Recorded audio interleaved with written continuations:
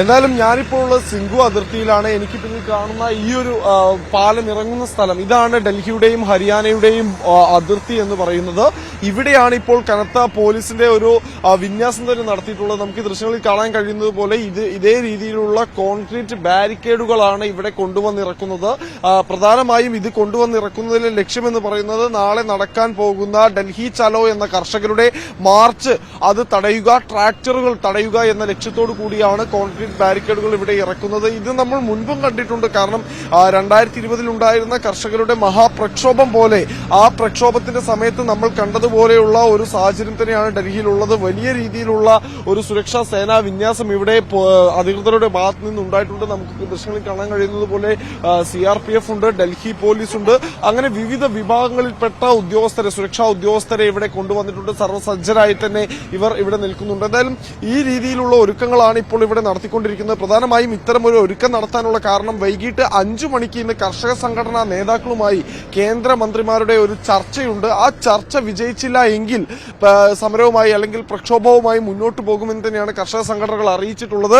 എന്തായാലും ഇപ്പോൾ ഈ ക്രമീകരണങ്ങളുടെ ഭാഗമായി തന്നെ ഡൽഹി ഹരിയാന അതിർത്തിയിൽ വലിയ ഗതാഗതക്കുരുക്കാണ് അനുഭവപ്പെട്ടുകൊണ്ടിരിക്കുന്നത്. ഇങ്ങോട്ട് കടത്തിവിടുന്ന വാഹനങ്ങൾ ഉൾപ്പെടെ പോലീസ് കൃത്യമായി പരിശോധിച്ച ശേഷമാണ് ഇങ്ങോട്ട് കടത്തിവിടുന്നത്. നമുക്ക് ദൃശ്യങ്ങളിൽ കാണാൻ കഴിയുന്നത് പോലെ കിലോമീറ്ററോളം ദൂരത്തിൽ, 1-2 കിലോമീറ്റർ ദൂരത്തിൽ ഇപ്പോൾ സിംഗു അതിർത്തിയിൽ ഈ ഒരു ഗതാഗതക്കുരുക്ക് അനുഭവപ്പെട്ടുകൊണ്ടിരിക്കുന്നുണ്ട്. കൂടുതൽ ട്രക്കുകളിലായി ഇത്തരത്തിലുള്ള ബാരിക്കേഡുകൾ ഇങ്ങോട്ട് കൊണ്ടുവരുന്നുണ്ട്. ഡൽഹിയിൽ നിന്ന് പോകുന്ന വാഹനങ്ങൾക്ക് പ്രധാനമായും ഇത്രയ്ക്ക് രൂക്ഷമായ ഒരു ഗതാഗതക്കുരുക്ക് അനുഭവിക്കേണ്ടി വരുന്നില്ല. പക്ഷെ ഡൽഹിയിലേക്ക് പ്രവേശിക്കുന്ന വാഹനങ്ങൾക്ക് വലിയ രീതിയിലുള്ള ഗതാഗതക്കുരുക്ക് അനുഭവിക്കേണ്ടി വരികയാണ്.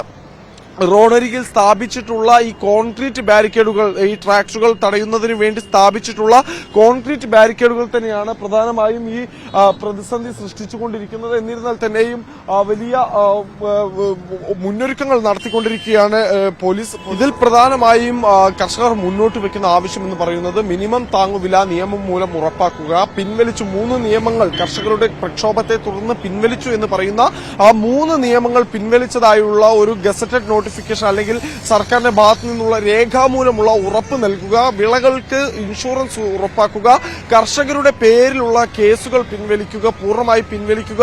ഇത് കൂടാതെ ഗ്രേറ്റർ നോയിഡ ഏറ്റെടുത്ത ഭൂമിക്ക് പകരമായി നൽകുന്ന നഷ്ടപരിഹാര തുകയും അനുവദിക്കുന്ന പകരം ഭൂമിയുടെ അളവും ഉയർത്തുക തുടങ്ങിയ നിരവധി ആവശ്യങ്ങളാണ് കർഷക സംഘടനകൾ മുന്നോട്ട് വെക്കുന്നത്. ഈ മുന്നോട്ട് വെച്ചിട്ടുള്ള ആവശ്യങ്ങളിൽ സർക്കാർ എത്രത്തോളം അനുകൂല നിലപാടെടുക്കുമെന്നതാണ് ചോദ്യം. പ്രധാനമായും ലോക്സഭാ തെരഞ്ഞെടുപ്പ് നടക്കാനിരിക്കുന്ന സാഹചര്യത്തിൽ, ഹരിയാനയിൽ ഈ വർഷം നിയമസഭാ തെരഞ്ഞെടുപ്പ് നടക്കാനിരിക്കുന്ന സാഹചര്യത്തിൽ എത്രത്തോളമായിരിക്കും ഈ സഹകരണം ഉണ്ടാവുക എന്ന കാര്യത്തിൽ കേന്ദ്ര സർക്കാർ ഇന്ന് നടക്കുന്ന ചർച്ചയിൽ ഈ കർഷക സംഘടനാ നേതാക്കൾക്ക് ഉറപ്പ് നൽകുമെന്ന് തന്നെ വേണം പ്രതീക്ഷിക്കാൻ.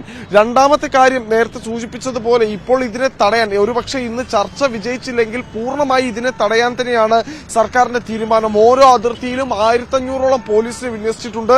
നമ്മളിപ്പോൾ നിൽക്കുന്ന സിംഗു ഉൾപ്പെടെ തിക്രിയിലായാലും ഗാസിപൂരിലായാലും എല്ലാം തന്നെ എല്ലായിടത്തും നിരോധനാജ്ഞ നിലനിൽക്കുകയാണ്. 7 ജില്ലകളിൽ, ഹരിയാനയിലെ 7 ജില്ലകളിൽ ഇതിനോടകം തന്നെ ഇന്റർനെറ്റ്, മൊബൈൽ സേവനങ്ങൾ റദ്ദാക്കിയിട്ടുണ്ട്. അപ്പോൾ ഇത്തരം സാഹചര്യങ്ങളെല്ലാം നിലനിൽക്കുന്നത് കൊണ്ട് തന്നെ കർഷക സമരം ഉണ്ടായാൽ അതിനെ ഏത് വിധേനയും, തെരഞ്ഞെടുപ്പിന് മുൻപ് നടക്കുന്ന സമരമായതുകൊണ്ട് തന്നെ ഏത് വിധേനയും തടയുക എന്ന ലക്ഷ്യം തന്നെയാണ് കേന്ദ്ര സർക്കാരിനുള്ളത്.